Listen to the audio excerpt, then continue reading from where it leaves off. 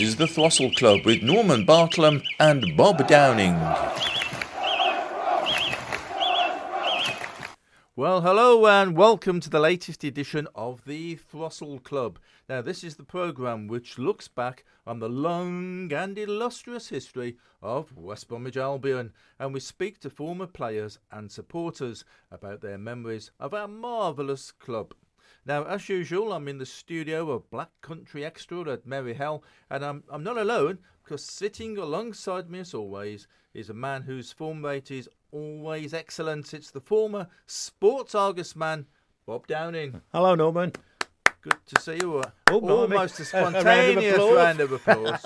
And sitting opposite the man with the big applause is Black Country Radio's, or Back Country as it says here on my script, Black Country Radio's very own Billy Spakeman, and you'll be chipping in, no doubt, with your comments and twiddling your knobs. Probably, yes, I am. Yeah. I've been away to the seaside, so I've twiddled my knobs, all the time now. Well, luckily you've got some help today, because we have, yes, we've got some work placements. Three work placement folks sitting behind us: Caden, Adam, and Alex, and they're looking anxious. Just in case I'll reveal which football teams they support.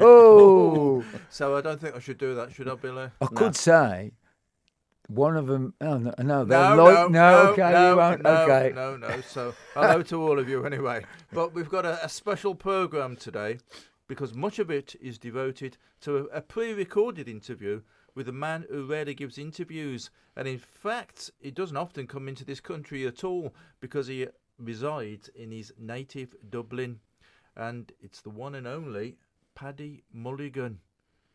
How about that? Brilliant. I remember Paddy signing for the Albion, and you thought, Paddy Mulligan? But I'll tell you something, he brought something to that side. He certainly did, and we'll find out what he did bring to the side then a little bit later on. So let's get straight on with this edition of the Throstle Club.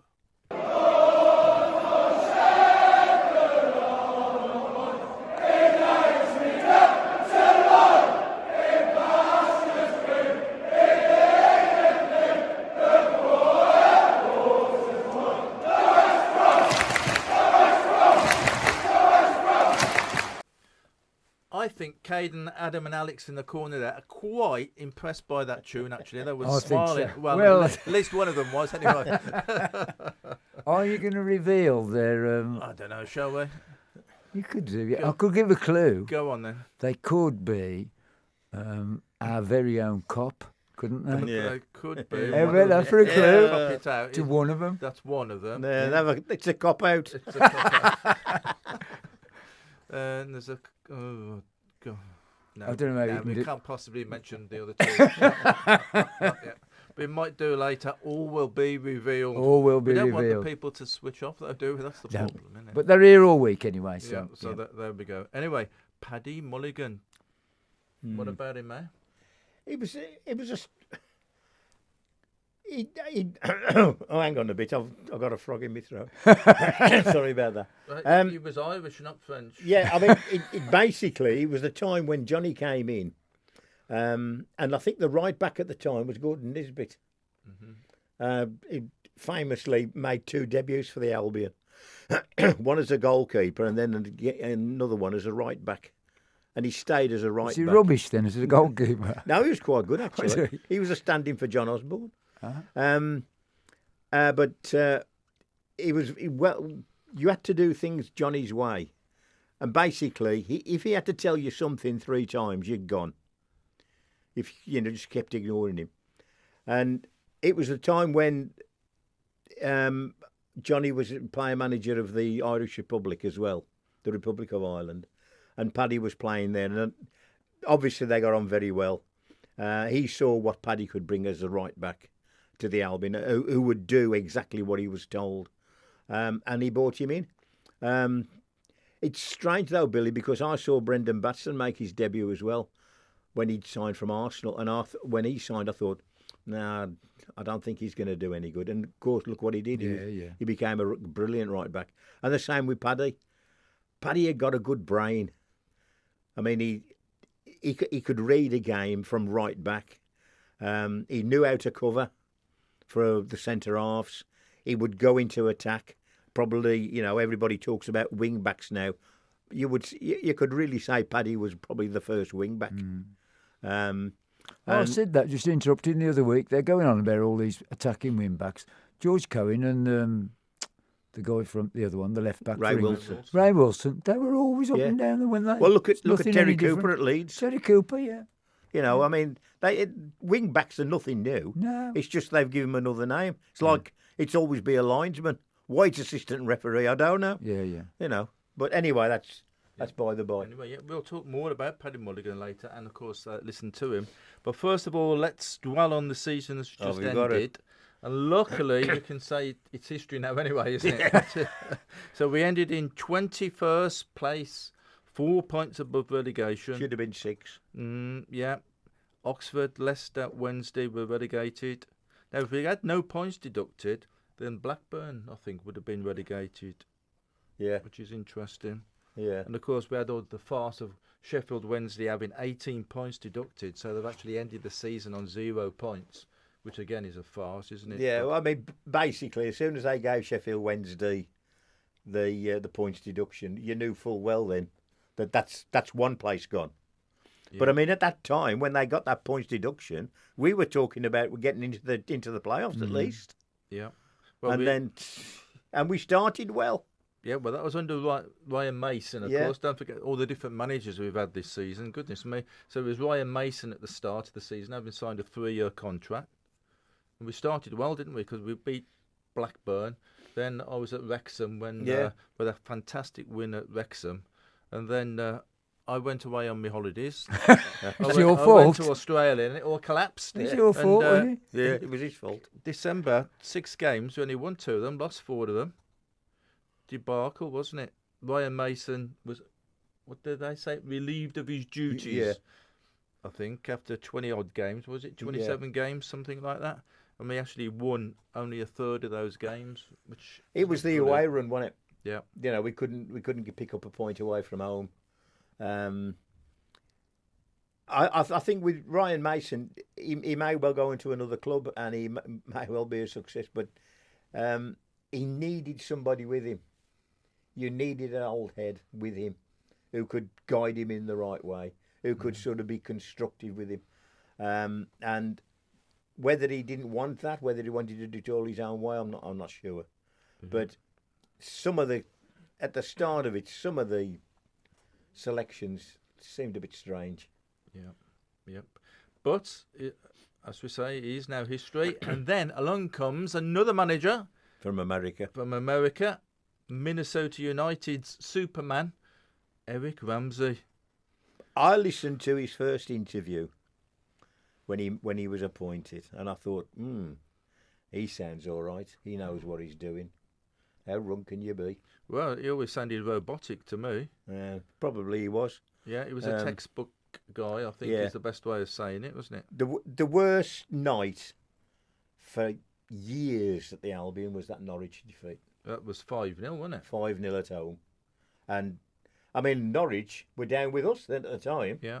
I mean, we were talking about this is a must 6-pointer that start of the season. Yeah. Because, we were dropping like a stone. Yeah. And Ramsey came in. And there again, I don't know. The first thing you do, you look at the squad and you find out their strengths. You don't particularly look for weaknesses. You look for their strengths. And you play to their strengths. Because you're not going to change the team. With the transfer the way it is, you have to wait for various windows to open.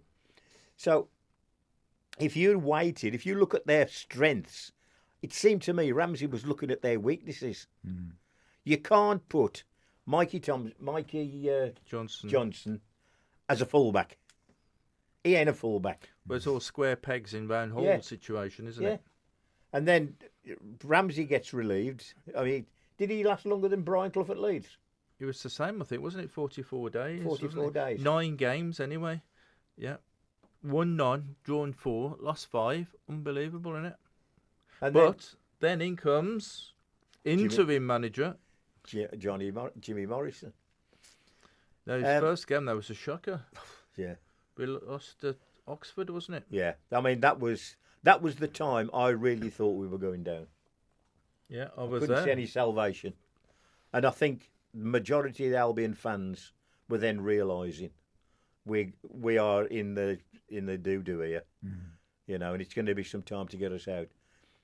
And then Jimmy comes in, and then I think the turning point for Albion during the season was the appointment of Matt Gill. Yeah. Because as soon as he came in as coach, you saw the place change. And it was, I said that before on one of the programmes when we were talking about Albion's revival.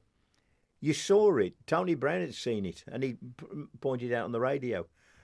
Pre-match, when they're warming up pre-match, you could see everything lifted a bit. They were doing what they wanted to do. They were doing what they were good at. And they knew exactly what to do. And from that moment, we went on that unbeaten run, and eventually it saved us, despite the EFL's attempt to get us that's another down. issue. Yeah, so it was 11 games, wasn't it? We only lost once. We had a 3-0 win over Hull, and they're now in the playoffs. Yeah. At the time of recording, they're just heading towards the playoff final. So it just shows what we could do. Yeah, I mean, I've seen the matches on television, and you know, you I know it's probably sounding sour grapes, and the Wolves and the Villa and the Blues supporters think, oh, he's talking through blue and white striped glasses. But I wondered what he was going to say then. Yeah. But we were a better side. We were, when we finished the season, we were better than Hull and Millwall. Yep. But obviously we had the 2 points deducted, which some people still think we should still appeal. What does it prove? I mean, the EFL made a complete pig's ear of it, as they've made a pig's ear of quite a few things. I mean, we got points deducted basically because of them. They were at the Albion, remember, and they were overseeing us because we got the problems with the previous owner and the sort of £1 million loans and God knows what else. And they were with the Albion, and they were looking, and they were watching the Albion, and they were supposed to be working with them. And then halfway through, they decide to change the rules and put it back. So instead of saying, right, we'll do it from now, they put it in retrospect. And that they said, you know, you're going to be deducted 2 points. If you want to, you know, if they say you go for an appeal and we win the appeal, okay, so they give us 2 points. We don't get any extra money for it. I think, you know, you might have to get lawyers or solicitors to pay for it. I'd much rather pay to buy a striker than pay a solicitor. Right, there we go. So, right, now let's move on a bit, because we were recently at a dinner to celebrate Albion's 1976 promotion. I was there. You can say it. I was there. Yeah, you were there as well. Brilliant day, wasn't it? The dinner. I mean, the game. Yeah, the game was good as well. Yes, Yeah. it was very good. It was very good to see some of the players who were part of that squad, and also the youth team. Yeah, for youngsters, should know 1976 it was 50 years ago when West Bromwich Albion won promotion under John Giles, and that season Albion only let in 33 goals. Just shows what you can do with a good defence. And it was the fewest number of goals that had been conceded by any team in the league. And in fact, there's only one team in the entire Football League that had conceded fewer goals than the Albion, and that was Liverpool that day, and they were champions. Yeah. Right, one of the people that was there, as we say, was Paddy Mulligan from the 76 dinner, and he recently came down to the Hawthorns hub, and he spoke with Ali Robb in front of about 30 or so people there, all about his experiences at West Bromwich Albion. Here's a clip of him talking about that final game when the Albion won at Oldham. The day, I can still picture the day in Oldham. I can still picture the build-up, I can still picture us on the coach. The West Brom fans going by in their cars with the colours flying, and going to the hotel, having the bite to eat. Lovely spring day, and John taking us out into the garden. It was a garden, wasn't it? Yeah, it was a garden, and just saying, look, we're in a great position. Worst that'll happen is we'll lose. The best that'll happen is that we win. But no need to panic. And we were never more relaxed in a game, going into a game. But we also had a sense of, we've got to win this. We need to win this game. And the mindset was that not to get over relaxed, but not to get too tense. And we got it right in the middle. And that's down to management, as well as the experience that was in the team. But that is all down to management and the camaraderie that was within the group. That we had a total belief. We trusted each other in every sense. No matter if I gave the ball away, or Ali gave the ball away, John Boyle gave the ball away, John Trude, no matter who gave the ball away or made a mistake, it wasn't going to matter. We were going to come out in tops, and we did, with a Bomber Brown magnificent goal. It was one of the best goals that I've seen Tony score, and it was just a magnificent day. And Tom Sill coming in the dressing room after the game was immense for the directors who had toiled for a few years, and for the supporters, and especially the supporters, because without the supporters, there's no club. It's as simple as that.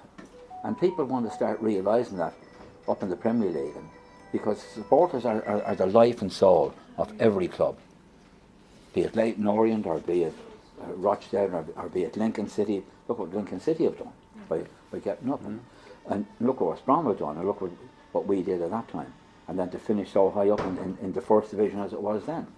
Oh, it's been wonderful, and Ali and myself and Mark were very proud of being involved in the club at that particular time, because without the help and support of all the supporters, that couldn't have been achieved. You know the one thing that I look back at that time. Only one thing. The one thing I look back at that time is when Jowsey left to the following season. We had a great season actually in the first division. That's right. And Jowsey, we finished sixth. Like John left. Yeah. What would we have been if he had stayed? Yeah.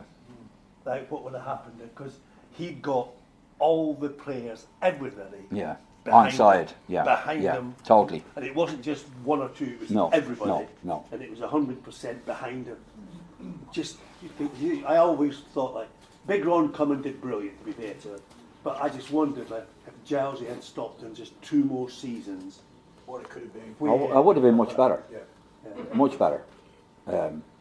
We would have been qualifying for Europe. No, we did as it happened, but we would have been doing an awful lot better. I feel. I think I thought that he left at the wrong time, but he had his reasons. So. Yeah. But I personally would have liked him to stay. So I wonder what would happen, Bob, if Jules had stayed. Yeah. I mean, you can think about the way it was. I mean, the problem was you weren't only losing a good manager. You're losing one of the best midfield players that's ever been in the first division or Premier Division. Yeah. And it was going to be a hell of a job to fix it. To replace him. You can't replace him on the field. No. Right, let's have a little bit more from Paddy. But no, it was there were smashing times, and Mick Martin was a smashing fella as well. We had lots of fun with what Bungie, as we called him. Bungie. Yeah, and he was a smashing fella. But it was great the way that the Albion supporters talked to the Irish lads. There was a lot of trouble in England at that time. It wasn't a nice time to be an Irish person in this country, and quite rightly so, because some of the atrocities that were brought out was just crazy stuff. Madness altogether between the Birmingham bombing and down in London. I mean, I drove through Hyde Park in '82, and a minute or two later, I'm not exaggerating, it was on Park Lane, and a minute or two later, the horse soldiers were blown up. Oh, yeah. So the IRA didn't care whether you were Irish, English, Scottish, Welsh, Brazilian, Paraguayan, didn't matter. They were out to get whoever they wanted to get, and nothing was going to stop them. And that was the sad part about it, that people like that, the powers that be never know when they're going to strike or where they're going to strike. Could be any place. There's no uniformity. Whereas if it's an army, they know there'll be a pattern, but not with vigilantes, not with assassins. No, definitely not. You wouldn't have a clue what's going on. But the football here was smashing, and we played a really good brand of football. It took us a while to get going, but when we got settled into the swing of things, we really played a good brand of football. I felt anyway. I think all the lads felt that we were doing the right things, and if it wasn't coming off, so it wasn't coming off. I remember one day we were playing here, and I think it was 0-0 at the time. I forget who we were playing, but we strung together about 20 or 25 consecutive passes, and we still were going over and back, out wide to the right, out wide to the left, not being able to get a cross in. And then all of a sudden, it opened up. And I remember the ball going out to Willie Johnson, and Willie just whipped it into the box. I think it was Ali Brown got his head to it in the back of the net. And the crowd had been trying to give us a bit of a slow hand clap while we were knocking the ball around. And then all of a sudden, it erupted when the ball went into the back of the net. And sometimes you have to be very, very patient in a game, and it looks as if you're going nowhere. But there's a purpose to it, just to try and keep possession. Don't give them the ball, because if they have the ball, they can be a threat. But if you have the ball, they can't be any threat at all. And that was a real lesson, a lesson to a lot of supporters, and certainly a lesson to us, that be patient, and it'll come for it. Right, and we'll have a little bit more from Paddy later in the programme. But now it's the feature where we talk to Albion fans about how they got into supporting the Baggies. And today it's the turn of Duncan Jones, who has followed the Albion since the early 1970s. And he's had a varied career as a sports producer for the BBC. I was born into an Albion family, particularly on my mother's side. My grandfather was a season ticket holder back in the 40s and 50s and 60s. And my uncle, his son, took me to my first game in 1973. It's an FA Cup tie against Nottingham Forest, which we drew 1-1. And rather typically of my early Albion experiences, it was an own goal that we scored. So I didn't see a score for quite a long time. In fact, I didn't see us win for the first 2 or 3 years I went to the game, because that season we got relegated under Don Howe. And I went to 2 more games, including the game against Norwich at home, which kind of sealed our fate. And then I went to the next couple of seasons, which were fairly nondescript in Division 2 as it then was. I went to games, and I don't remember us winning until towards the end of Don Howe's reign. We beat Sheffield Wednesday 4-0 at the Hawthorns. And I think that was the first time, after 3 years, the first time I actually saw us win a game. Well, that was good grounding for you, really, wasn't it? For what was absolutely, I never had any expectations after that point. But my family were interested. My dad's side, my dad wasn't really that keen, so that's why I didn't go very often, because he wasn't a great supporter. But my mum was, and I, how many years later, 50, 60 years later, I have a season ticket along with my sister. So the family tradition is being maintained. And yeah, it's been in my blood. People often say, you don't choose your team, the team chooses you in some ways. And, I was born into Albion, and I've never wanted to support anyone else. The odd trip to Wembley would be nice, and the odd bit of silverware would be nice, but that's not why we support our football club, is it? It's more about where we belong and how where we feel at home. And I've always felt at home at the Hawthorns. Yeah, it's the great sense of community, isn't it? And the people that you belong with and belong to. Yeah, I mean, I've been in the same seat for 10, 15 years now. In I still call it the Halfords. I think it's called the West Stand, isn't it? But I still call it Halfords. And I've been sitting in the same seat for 10, 15 years, sitting behind the same couple. She still gets my name wrong after all this time. But that's fine. But there is a little community of us. People have come and gone in that time. But it's there were times during this season when I thought, will I will I renew? And the answer came very, very quickly. Of course I will. It's not all about the football. God, if it was all about the football, none of us would be renewing season after season, would we? I mean, it's about the community. It's about the people you meet there, the people you spend go through all kinds of emotions, high and low, on a Saturday afternoon or whenever Sky fancy playing, let us playing. So yeah, it's in my blood now, and it will remain in my blood as long as I'm breathing. Yeah. What about outstanding games that you've seen over the years? Well, obviously not very many in the early years, because we were struggling to win any games. I think the game that stands out for me, my favourite Albion team, and I'm not going to say the 78-79 team, which most people do. Most My people my do, yeah, that age group, yeah. my favourite team was the team that came up with John Giles, and it was the first season back in the first division, because that was the first time I could be proud of my football club, really, and I could sort of hold my head up high in the school playground and things like that. Um, and that team, obviously it had the likes of stalwarts like Bomber and Ali Robertson and John Weil and Len Cantello, and it had great young talents like Brian Robson and Derek Statham, but it also had real characters like Ozzy and Paddy Mulligan and Mick Martin, and I loved that team. And yeah, my happiest memory I think the best game that I ever saw in terms of emotion was a game in October of '76 against Tottenham at home. And it was early season in the first division, and no one kind of knew which way it was going to go. Were we going to prosper, or was the fact that we had quite an aging team going to catch up with us, and we weren't going to be able to compete at that level? And we were 2-0 down against quite a poor Tottenham team at half time. Peter Taylor, I think, was making his debut for Tottenham. Ironically, Peter became a friend of mine in later years. But at that time, Tottenham weren't great. They were going down that season, actually, under Keith Birkinshaw, but they took a 2-0 lead.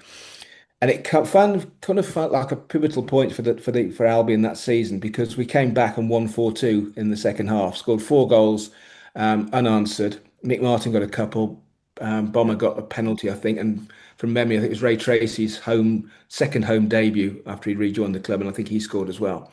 Um, and I just remember my pride in my team that day. I'd never, even promotion hadn't really captured that same kind of pride, because it was, yeah, this team can compete in this level. We can compete with the best. And obviously that year we beat Man United 4-0. We had bad games against Ipswich, like the 7-0 home defeat, away defeat, and the 6-1 defeat at Sunderland. But there were also some memorable games that season. And yeah, I just felt a pride that was actually went on for several years after that, because the team got better year on year for several years. Yeah. So I would pick out that. I mean, obviously there've been games like the Crystal Palace game that got us into the Premier League for the first time, the Portsmouth game, which for the Great Escape. All those games are kind of etched in my memory, but nothing will ever beat the thrill of that Tottenham game, and feeling that we were almost invincible that day. Wave after wave of attack, and we couldn't to score every time we went forward, and that was glorious. Yeah, that's a good standout game. Excellent. Yeah. Talk about your career then. After school, you've been working for BBC for quite a while, haven't you? I first came across you when BBC News 24, as it was called then, wasn't it? You were doing some producing for that, but just tell us briefly about some of your BBC work then. Right. Well, I'm still doing a little bit for the BBC now, but not very much. I'm kind of edging myself into retirement. But I joined the BBC down in Kent in the 80s, mid 80s. So I actually lost 3 or 4 years of Albion watching, because I was covering Gillingham Football Club for 3 years, and also Maidstone United as well. So I was a full-time football reporter, if you like, at the lower levels. Um, but from there, I went to London and worked in the TV newsroom as a sports producer for the 1 o'clock, 6 o'clock, and 9 o'clock news as it then was, and for breakfast TV as well.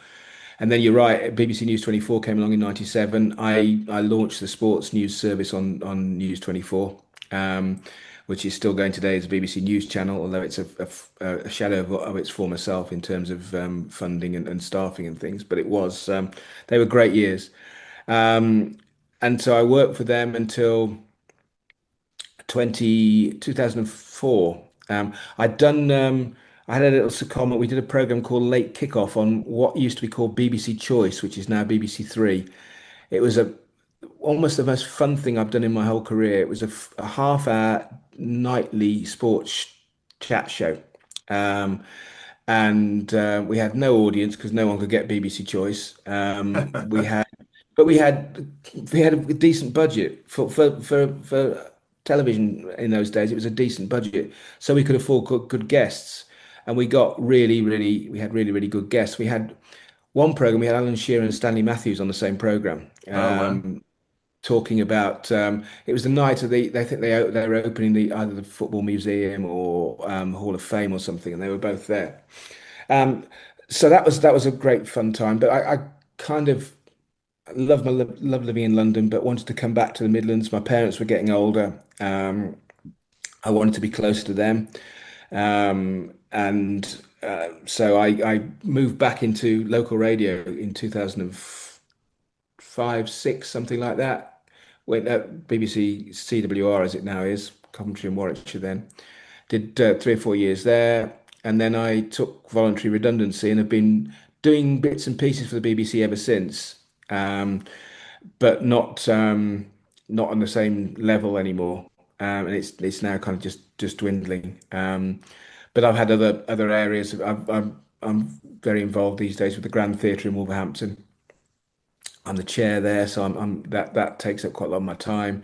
I've been very involved with dementia and football and dementia and sport in general for the last 10 years or so.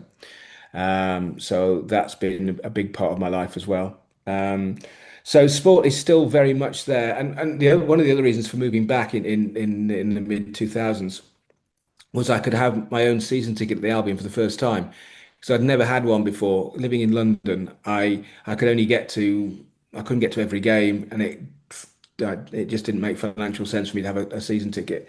But then once I'd moved back up here and I was living within an hour of the ground, I could have a season ticket, and I started coming regularly. And they were good years. I mean, the end of the Gary Megson years and what have you. So that was a great time to be supporting Albion. Well, every time is a great time to be supporting Albion because it's such a wonderful club. But those were really exciting years when we got to the Premier League for the first time.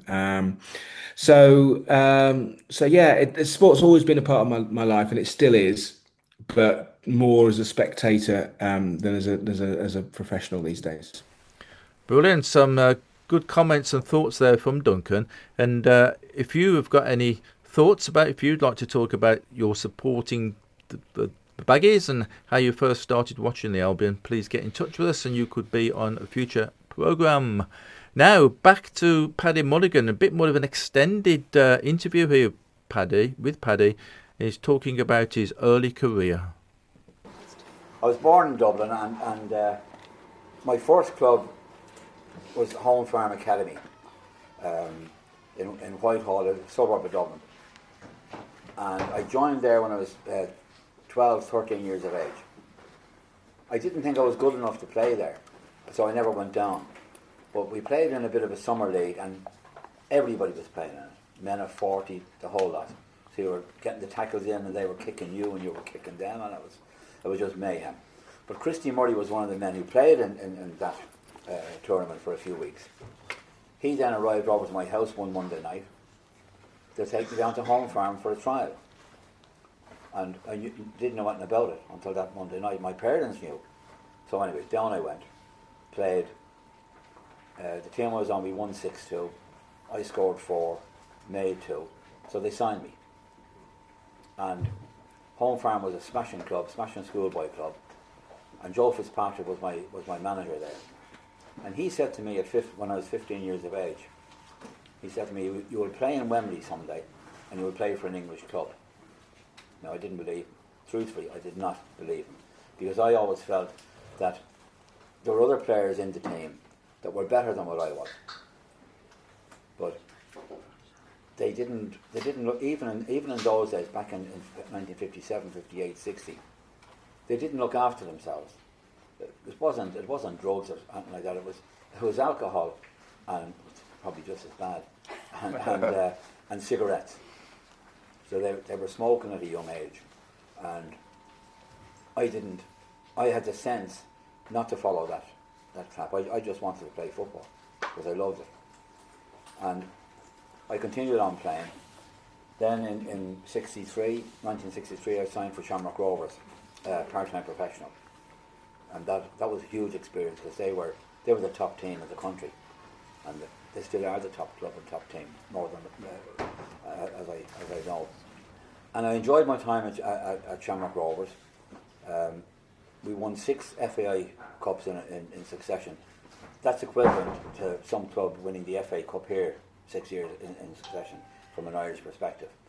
And I met a man, Liam Toohey, who played for Newcastle for a while, and he was my manager there at Shamrock Rovers, and my mentor, if you like, who he was a smashing. He made the game so simple, and the only other person that I met in football who made the game as simple as what he made it was John Giles. And there's an over reliance on, there's good coaching and there's bad coaching, but there's an awful over reliance, I feel, on bad coaching these days, and the people who are coaching think that they're doing the right thing, but I don't for 1 second believe that they are doing the right thing. They're expecting players to perform when they should know better than think that they're capable of doing certain jobs, that get the maximum out of whatever each player has got to offer, and then we'll go from there. And that was always the case with Liam Toohey, who was managing me in Shamrock Rovers. And then I was lucky enough that I played for Rovers for 6 years, went to America for 6 months, and then when I came back, I made my mind up to go and try and get to England. I could have gone to England when I was 14, 15 years of age. I didn't want that. My parents certainly didn't want it, but I certainly didn't want it either. And when Chelsea came knocking in 1969, first of all, Everton came looking to sign me, and that was a bit of a walking disaster. Excuse me, meeting Harry Catholic up in Liverpool at Everton's training ground, meeting some of the Everton players beforehand, Brian LeBone, Joe Ryle, Colin Harvey, Howard Kendall, and those are smashing lads, and telling me, look, get a good deal for yourself here. But he treated me with a lot of disrespect, as I saw it, in so much that I was sitting outside his office for half an hour, and the excuse was, oh, I'm busy, but he was supposed to be meeting me as well, and he was too busy to meet me. But when he did meet me, he made me a derisory offer of £40 a week, and I wanted £80 a week, and I wanted a £5,000 signing on for it. So he wasn't willing to go and do that. But the crazy part about it was that he, in his haste trying to get me to sign for them, he said to me, well, because I said to him, look, I've got to think about all of this stuff.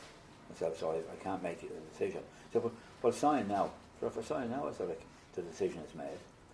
So he thought it was a complete Egypt coming over from Ireland. But my eyes are green, but it wasn't green in my head.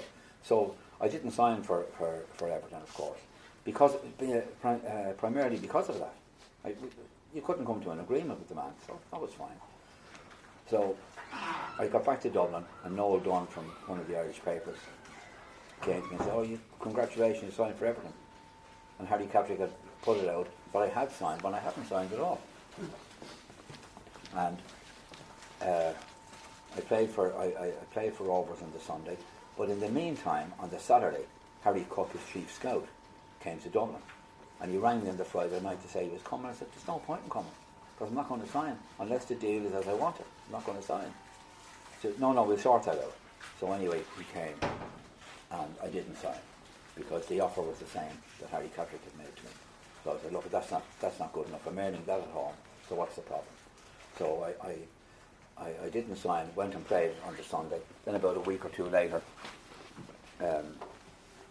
Chelsea came in for me and flew to London, met Ron Stewart, the assistant manager, and as soon as I saw Ron Stewart and I shook his hand, eyeballed him, and he eyeballed me, I said, I'm going to sign for Chelsea because of Ron Stewart. I hadn't spoken, we always was hello. And I went in, saw Dave Sexton. He offered me what I wanted, which was £80 a week, £5,000 signing on fee, and the bonus structure that was there for them. And the bonus structure was £40 a point. It was 2 points in those days for a win. So I signed straight away. The deal was all done within 15 minutes. This was all pre-agent, which I think are a cancer in the game. So I signed for Dave and flew back. That was a Wednesday. Flew back home on the Thursday, and flew back to Newcastle on the Friday to be 12th man on Saturday for Chelsea against Newcastle, which was just a whirlwind of a week, because I was playing for Shamrock Rovers the previous Sunday in Athlone town, a small town down in the Midlands of Ireland, and then all of a sudden I'm catapulted into a situation where I'm sitting on the bench for Chelsea that I've watched play on Match of the Day the previous Saturday week. So I'm saying, what's going on here? And the pace of the game, I'm looking at the pace game. I hope I don't get put on here. I'm going to be in trouble. That's true, because I hadn't seen it. Its pace of a game in real life. Yes, on television, not in real life. And this was frightening. Eddie McCready diving into tackles and missing the ball by about 50 yards, but getting the man by about 10, which was no trouble to him. So a bit like Robbo here. And they're both Scottish, of course, as well. So there's a similarity, and that's what they do up there. There's nothing better to do up in Scotland, you know. That's just the way. That's why he's come down here.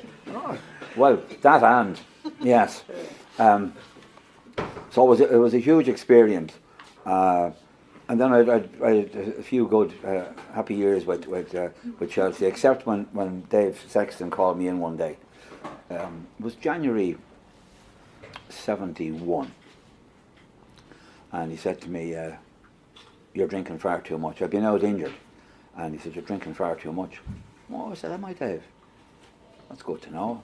He said, you know your players, don't you? I said, yes, I pride myself on that. Excuse what I'm going to say now, but I said, well, you don't know me, Dave, because I don't drink. And I said, the players that you should be getting onto, you know who the players are only too well. We had 7 or 8 players in the club, in the team, the squad, that had drink problems, to say the least. And he was getting at Paddy the Irishman because he was afraid to take on the likes of Ozzie or Ian Hutchinson or Charlie Cook or Tommy Baldwin, people like that. And we had our words. I was red in the face with anger because I would feel my face getting redder, and he was white with anger. And I thought he's going to hit me a box, because he was a handy. His father was a fighter, and he was handy enough with his fist. But that didn't come to pass. And Chris Matthews, who was the secretary, the first female secretary in the English League of the club, she's taken over with John Battersby. She said, oh, Paz, you've done it. He's going to get rid of you. You've done it. And I said, no. I said, he won't. Not yet. But I knew that I was gone from Chelsea that moment, because you don't speak to a manager the way that I spoke, irrespective whether there was provocation or not. Just in those days, you shouldn't. And I knew I'd crossed the line. And I knew that he was waiting for an opportunity, as much and all as he wanted me to sign for the club. But I knew at that stage that he was waiting for the opportunity to get rid of me, because I basically bested him, and you don't best the likes of Dave Sexton as manager of Chelsea Football Club. Simple as that. And he got caught out that he didn't know me. He thought he knew me, but he didn't know me.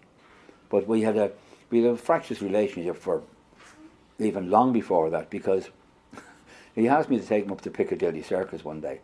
And I forget the name of it, Lily White's, that's the name of the shop. And he wanted to get some nice Donegal shorts that were made in Donegal in Ireland. And I said, okay. So we're going up.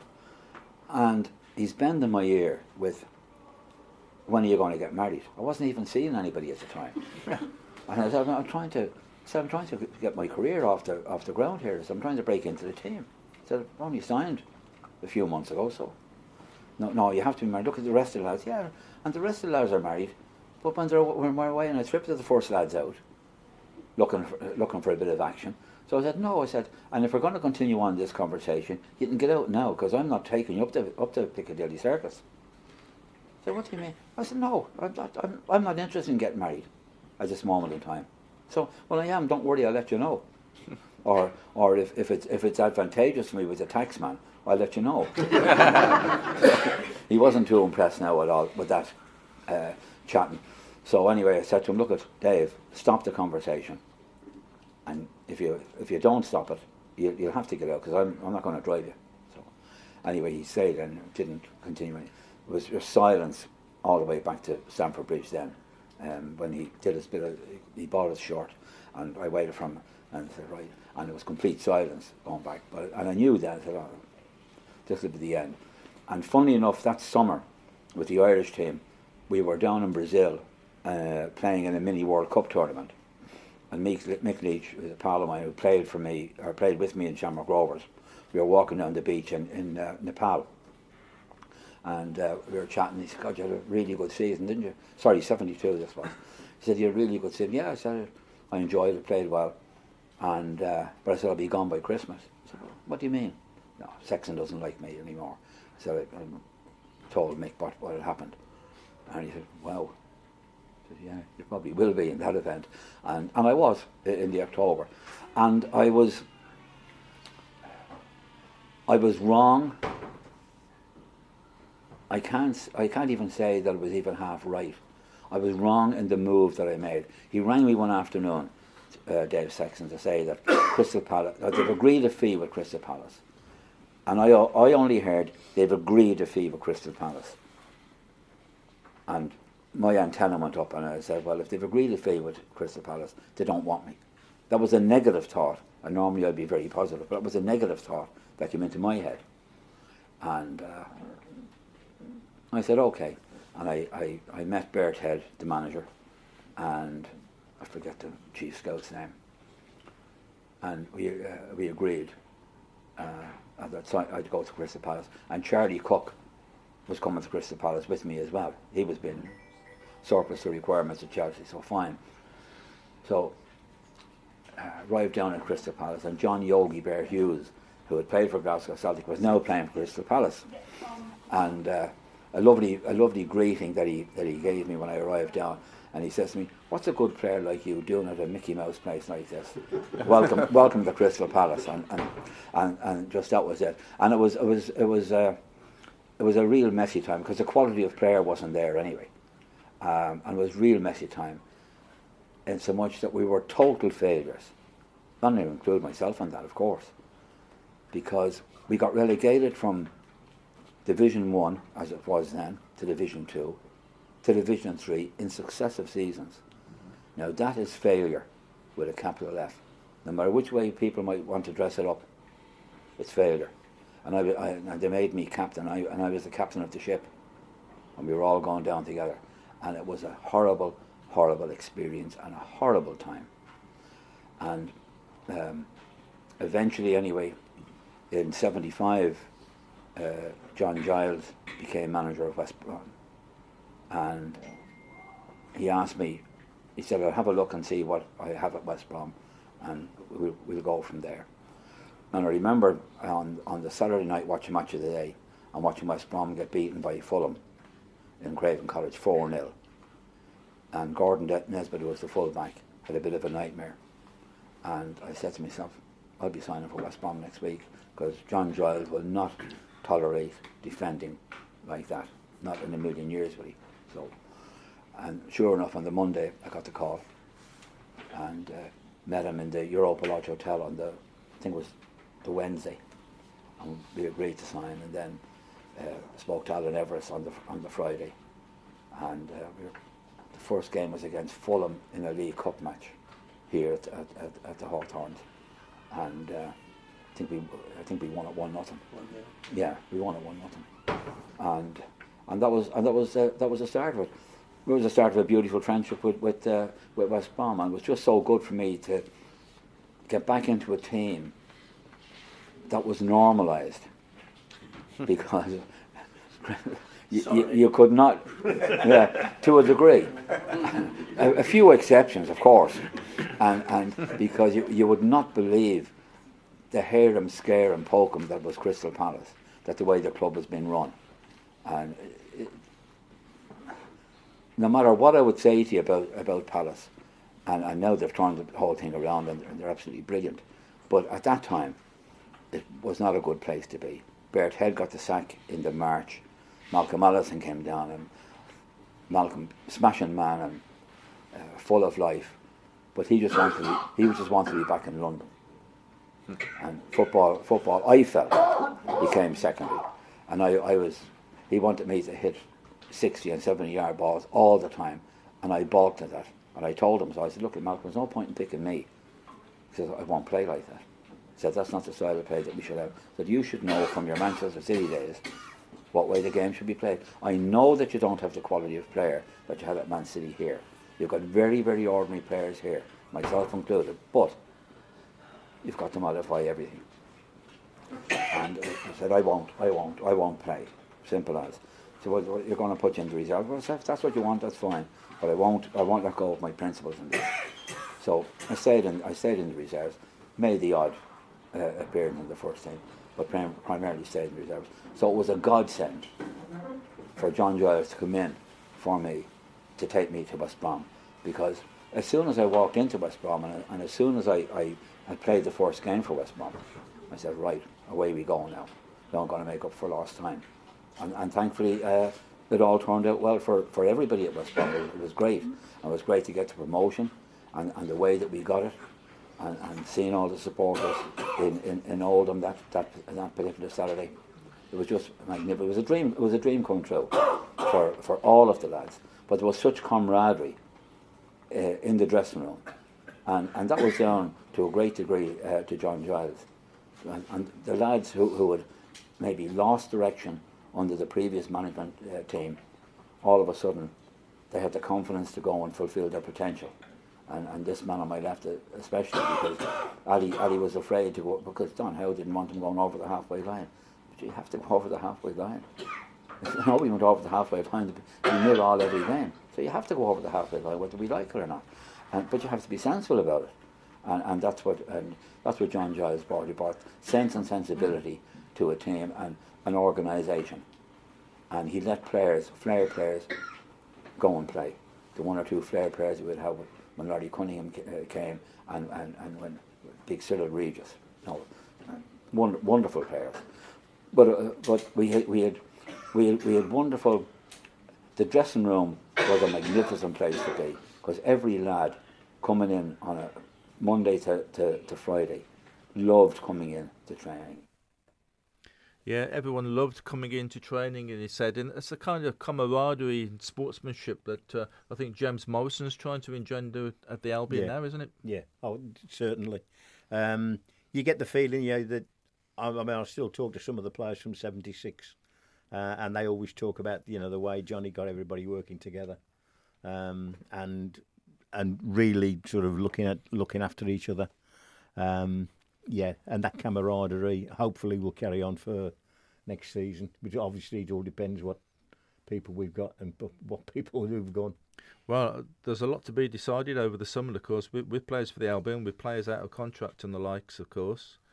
But we're moving in the right direction, and Shilan Patel now seems to have started to get players or people around him with football knowledge rather than just business knowledge. Like Jason Roberts coming in is a good example, isn't it? Yeah, that's what we needed.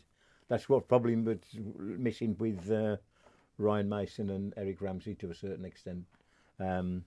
You need people who know the English game, and fortunately, we've got them. Yeah. All right, we're more or less coming to the end of the programme now. So shall we reveal that Caden, come forward and reveal your football team. Go on.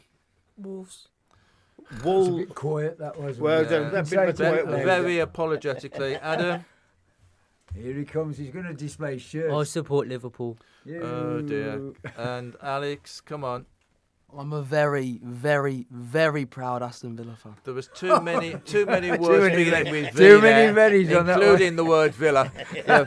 So, do we wish them good luck in the European Most definitely. game? Yeah, you've got to. Yeah, haven't you you? do. It's something for the Midlands. That's It's what you got got to think nothing about. to do with the Midlands. They're local rivals. No Albion fan should be supporting the Villa. Oh, come on. Oh, no. It's very narrow-minded, that. Would a Villa fan, would you, Alex, want the Albion to do well? Be careful what you're saying now, Alex. It depends. I mean, It depends. It depends. did I It want you to go depends. down? Yes. When you stayed up, Right, thank you. That's enough. That's enough. Yeah. Well, anyway, just before we go, We've got to mention the Argus book, Norman. Now, I'm going to say this. nice Sports Argus. Oh, book. yeah, well, wow. funny you should say that. Yeah. Well, it's available now from CurtisSports.com. And we had a bit, You wouldn't thought this was scripted, would you? we had a bit of a do last week, didn't we? Yeah, it and was you great know to see that. some of my I did some of notice the it was old in a colleagues. pub. He was in a We pub, in yeah. a pub, Was of Keith course. there, by the way? No, he wasn't there, right. but, No, he was in Spain, or otherwise he would have been. Would have been. Yeah. Yeah, but now it's